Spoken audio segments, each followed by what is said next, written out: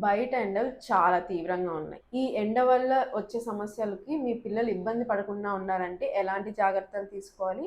And దాంతో పాటు ఏ ఏ లక్షణాలుంటే వెంటనే మీరు అలర్ట్ అవ్వాలనేది చూద్దాం. హాయ్, దిస్ ఇస్ డాక్టర్ ఆశ్రిత, పీడియాట్రిషియన్.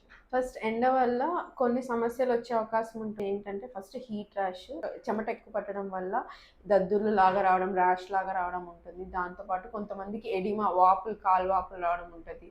కొంతమంది ఎస్పెషల్లీ పిల్లలు బయట స్పోర్ట్స్ ఆడుతూ ఉంటారు కదా, వాళ్ళకి హీట్ క్రాంప్స్ అంటారనమాట. ఆ ఎండకి ఓవర్ హీట్ అయిపోయి మజిల్ క్రాంప్స్ వచ్చే అవకాశం ఉంటుంది. అండ్ ఇంకా ఎక్స్ట్రీమ్స్ అంటే చాలా ఎక్కువసేపు ఎండకి ఎక్స్పోజ్ అయినప్పుడు హీట్ ఎగ్జాషన్, హీట్ స్ట్రోక్ వచ్చే అవకాశాలు ఉంటాయి. ఇవన్నిటిని మనం అవాయిడ్ చేయాలంటే కొన్ని చిన్న చిన్న టిప్స్ ఫాలో అయితే చాలు.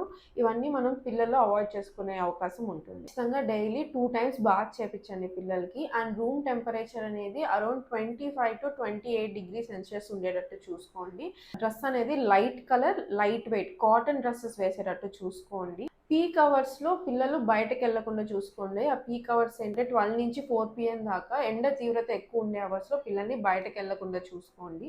ఒకవేళ బయట వెళ్ళినా గూడా sunglasses, hats, caps and sunscreen ఖచ్చితంగా యూజ్ చేసేటట్టు చూసుకోండి. అండ్ మెయిన్ థింగ్ హైడ్రేషన్ అనమాట. ఖచ్చితంగా ఎక్కువ సార్లు వాటర్ కన్జ్యూమ్ చేసేటట్టు చూసుకోండి. దాంతో పాటు heat exhaustion science. Heat exhaustion అయినప్పుడు ఏ రకంగా సింప్టమ్స్ ఉంటాయని ఖచ్చితంగా అందరూ తెలుసుకొని ఉండాలి. భయంకరంగా చెమటలు పట్టేయడము, వామిటింగ్ వచ్చినట్టు అవ్వడం, పిల్లలకి నీరసంగా పడుకునేయడము ఇలా ఉంటుంది. ఇట్లా ఉన్నప్పుడు మీ డాక్టర్‌ని వెంటనే కన్సల్ట్ అవ్వండి.